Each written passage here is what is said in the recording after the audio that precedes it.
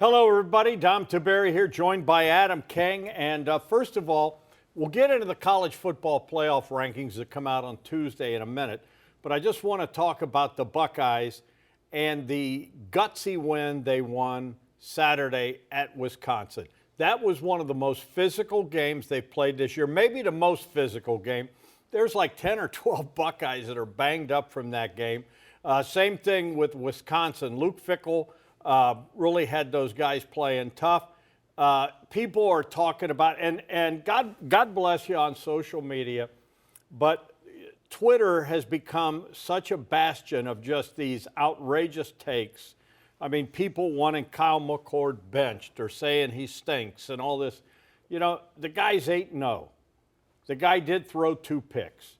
He did fumble the ball. The fumble really didn't matter because they weren't going to get the first down there anyways. And he took some big hits.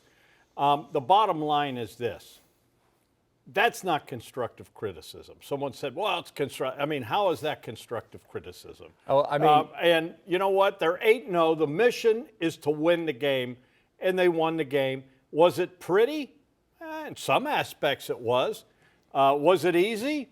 No. But when you're playing a team coached by Luke Fickell, I figured it was going to be a battle. Well, I think Ryan Day would tell you that not much of it was pretty, and that's okay, because you go on the road into Wisconsin, and if you're a Buckeye fan, you know going on the road to Wisconsin is never easy. The last 2 times before, Saturday, it was overtime. It took overtime to win those games, and they went up there as the number 1 team and lost just, 10 years ago. So when you look at that, a win is big there no matter the Wisconsin team. The defense, yet again, I think this Wisconsin offense is struggling a little bit. They lost Braylon Allen there in the second half, but the Buckeye defense is again proving that it is one of the best defenses in the country. The offense, you get Travion Henderson back, and boy, did he look good. I mean, if you talk about Trey said he took a cheap shot from Notre Dame, if he needed that amount of time to get back from that shot, and that's what he looks like, I think as a Buckeye fan, you take it. He had the step that we've seen from him so often. He looked like a guy that could hit the hole and go. And I mean, when you have Marvin Harrison Jr. saying you're the best back in the country, it's a pretty big deal. The good thing is they have the best receiver in the country. They have their number 1 running back, and they have a quarterback that still has a few games to get ready for the big game on the schedule now at the end of November. I'm going to defend Kyle McCord because I think he's serviceable. That was the 3rd interceptions. He's had now 3 this season. He had 2 against Wisconsin. And the one, I just don't think he saw the defender. They had a good scheme. The second one or the first one? The second one. Okay. The first one, he should never have thrown that ball. But you folks at home got to understand that Kyle McCord has never been in this position before, and he's learning. And there's going to be some growing pains. And, I get accused of being an apologist. Some people have said, you're nothing but an Ohio State apologist. No, I'm being realistic. He took a lot of hits. He's serviceable. Should he have thrown that first one? No. But I think I have seen improvement from this kid every game.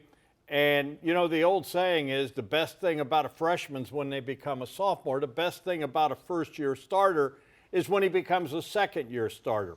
He's learning on the job. But you know what? The bottom line is they won the game. And he showed me a lot of poise, especially in the second half, where he managed the game and did not let it get away. Because I'm telling you, folks, you're right. You turn the ball over 3 times in a matchup game, and that was a matchup game with Wisconsin. And, they give scholarships out just like Ohio State does. You a lot of times are not going to win that game. Most of the time you're not going to lose that game if you do what they did. But luckily it was in the first half. If that happens in the second half and whatever, the wheels could have come off. My point is the wheels did not come off. There was no panic. And Ohio State has an assurance policy right now, and it's called the Silver Bullets. And that is allowing them to make mistakes and allowing Kyle McCord to learn on the job. I think you're exactly right.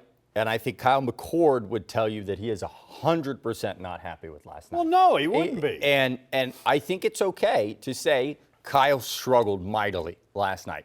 But the biggest in the first half. In the first half, yeah. In the second half, I mean, Ryan Day said going into halftime, we just need to manage the game. He's also the same guy in the first half that threw 2 touchdown strikes to the best player in college football, Marvin Harrison Jr., and he, which still, ladies and gentlemen, do these defensive coordinators do they realize? I mean, how is he getting single coverage? There's only so much you can do at that point. The remarkable part, he's undefendable. The remarkable part about Marvin's success right now, I think, is that Emeka is not playing.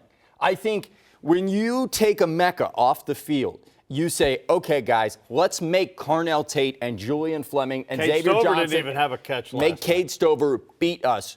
Don't let Marvin beat us. And instead, he's gotten better with Emeka off the field. They've just said, we're going to feed him the ball. We're going to make sure he gets the ball. And now he's putting up 100-yard games like they're nothing. Cade, who's been putting up big numbers, didn't even have a catch in the game. I don't even know if he had a target. I don't think one was thrown to him. But he did a great job blocking, too. The thing with Kyle, he didn't have to be his best self. The one thing that I will give Kyle McCord the benefit of the doubt, moving forward, he is 8-0. Anytime the Buckeyes, and you can go all the way back to the Indiana game because it was not pretty there at the beginning of that game, but anytime the Buckeyes have needed a play, have needed a way to win, Kyle McCord has figured it out. And that's what you need in a quarterback. I'll tell you this much. If Ohio State raises the national championship trophy, they're not going to ask to see Kyle McCord's stats. They're going to say, no. How did you get here? And all you have to do is find ways to win. And Kyle, if he plays like he played on Saturday at Michigan, it's not going to go well. But I don't think he will because he seems like the kind of quarterback that rises to the moment. And I think he would tell you right now he's watching film, and it's better to learn a lesson from a win on the road in a tough environment than it is to come back with a loss. All I want to say, and then we're going to move on, all I want to say is some of the same people now that are down on Kyle McCord are the same people that were down on C.J. Stroud and said Stroud doesn't run the football. He's not a very good quarterback. Stroud is going to be a bust in the NFL. He's just whatever. And they wanted, I remember they were calling Kyle McCord should play over Stroud, I was going to say. That's all I'll say, ladies and gentlemen. I trust Ryan Day. Ryan Day's playing the best. All right. Playoff. Tuesday, the first college football playoff rankings come out. Now, Ryan Day, I imagine, I'm going to ask him about it, but I imagine he will say he's not paying attention. I think he is paying attention, and I'm going to ask him if he thinks the Buckeyes should be ranked in the top 4. Not only do I think they should be ranked in the top 4, I think they should be ranked number 1. Nobody has played the kind of schedule Ohio State has played. I mean, the numbers don't lie, and Ohio State has played games on the road. You know, think about the games they have won on the road this year, and they've done it with a rookie quarterback. This 8-0, I'm impressed. The important thing is in after the Big Ten championship, which is what the first week in December, is to be ranked number 1 or in the top 4 in that one. That's the one that matters. I am very, very intrigued for Tuesday night because I think sometimes it takes a couple rankings for us to get a feel for things. Who's Michigan beaten, by the way? That's a good question. Who they beat? They had a big win over UNLV, Michigan fans will tell you. But I mean, they did have Otterbein in the preseason. Don't take a shot at Otterbein there. I went there. But I mean, if they could schedule them, they would. My rankings are very much similar to yours. Okay, well, here, I'll give you mine. Okay, yeah, you go with yours. Ohio State, number 1. Mm-hmm. All right? Georgia, 2. I'm going to put Michigan 3rd, and I'm going to put Florida State 4th, although I thought about moving Washington, but Florida State's got 2 wins over ranked teams. Washington struggled a little bit the last couple of weeks. They do have a win over Oregon. But they're still undefeated. So I will say, I think the number 1 team on Tuesday night is going to be Georgia. And I think it's going to be Georgia only because of that win at Florida. They didn't have Brock Bowers, and they looked like a very good team on the road.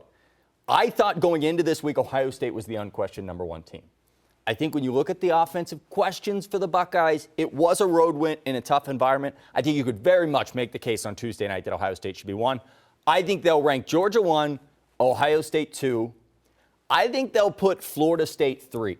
Florida State has It'll that. make me laugh if Michigan's fourth. I think there's that real possibility, and I think it's solely because. Although there's so much love for this Michigan team, and I just listen to these pundits, and who've they beaten? Well, the question you're going to get on Tuesday night is eye test versus strength of schedule. Ohio State ranks in the top 15 in the country in strength of schedule. Ohio State's number one, I think. Georgia, Michigan, Florida State, all of them are below 50 across the country. But if you're going to look at eye test, you could say, hey, Michigan has dominated everyone they played, and they have. Michigan looks very good this year. So you could argue they are a top two team. Again? I understand, but all you can do is play the team that's in front of you.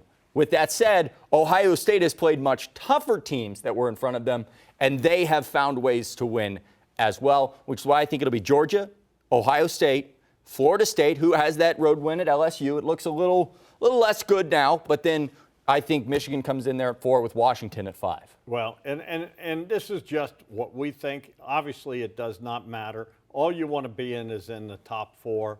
And, wouldn't it be neat if Ohio State beats them this year up there, and then they decide to put Michigan in the playoff like Ohio State got in? Yeah. And Ohio State gets to play them again and beat them again.